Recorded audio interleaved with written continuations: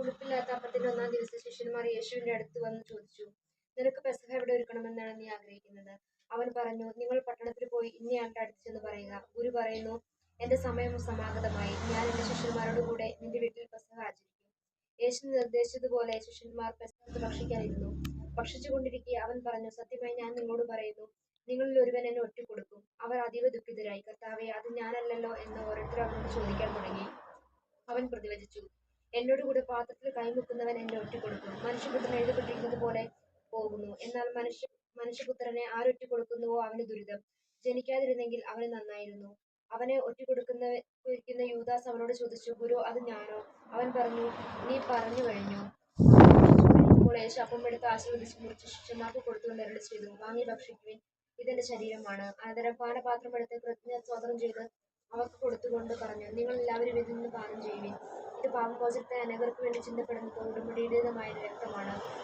ഞാൻ നിങ്ങളോട് പറയുന്നു, എന്റെ പിതാവിന്റെ രാജ്യത്തിൽ നിങ്ങളോടൊത്ത് നാമായി ഇത് പാനം ചെയ്യുന്ന ദിവസം വരെ മുന്തിരിയുടെ ഈ ഭവനത്തിൽ നിന്ന് ഞാൻ വീണ്ടും കുടിക്കുകയില്ല. സ്തോത്രഗീതം ആലപിച്ചതിന് ശേഷം അവർ ഒരു കുമരയിലേക്ക് പോയി.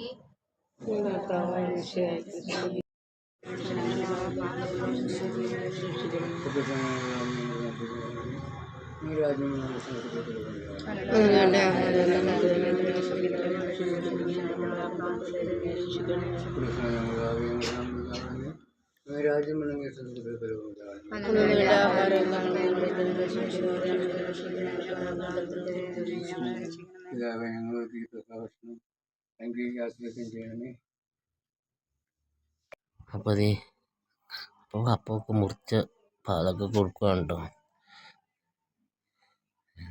അങ്കിളാട്ടോ മറ്റേ ഗ്ലാസ്സിലേക്ക് ഇങ്ങനെ ഒഴിക്കുന്നത്, പാലിങ്ങനെ കറക്റ്റ് എടുത്ത് കൊടുക്കുക. എളുപ്പത്തിന് നമ്മളിങ്ങനെ ഒഴിച്ചു വെക്കണം. അപ്പോൾ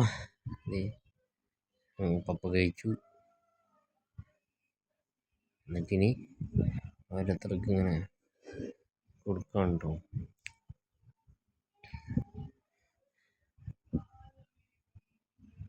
അപ്പോൾ ആദ്യം മമ്മി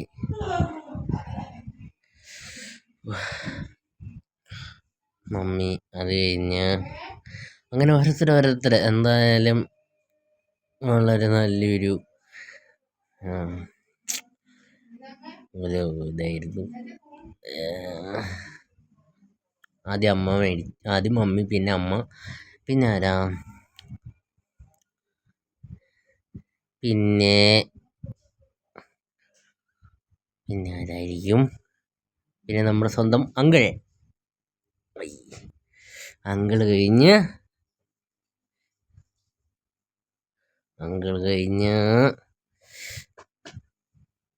സീനാൻറ്റി കഴിഞ്ഞ്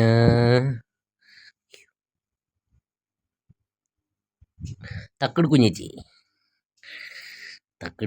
കഴിഞ്ഞാരാ, തക്കട് കുഞ്ഞേച്ചി കഴിഞ്ഞ് ഞാൻ തന്നെ എൻ്റെ വീഡിയോ എടുത്തു. ഞാൻ തന്നെ പാലൊക്കെ കുടിച്ചു. വിത്ത് എക്സ്പ്രഷൻ ഞാൻ തന്നെ ഇട്ടു. അപ്പോൾ ടാറ്റ.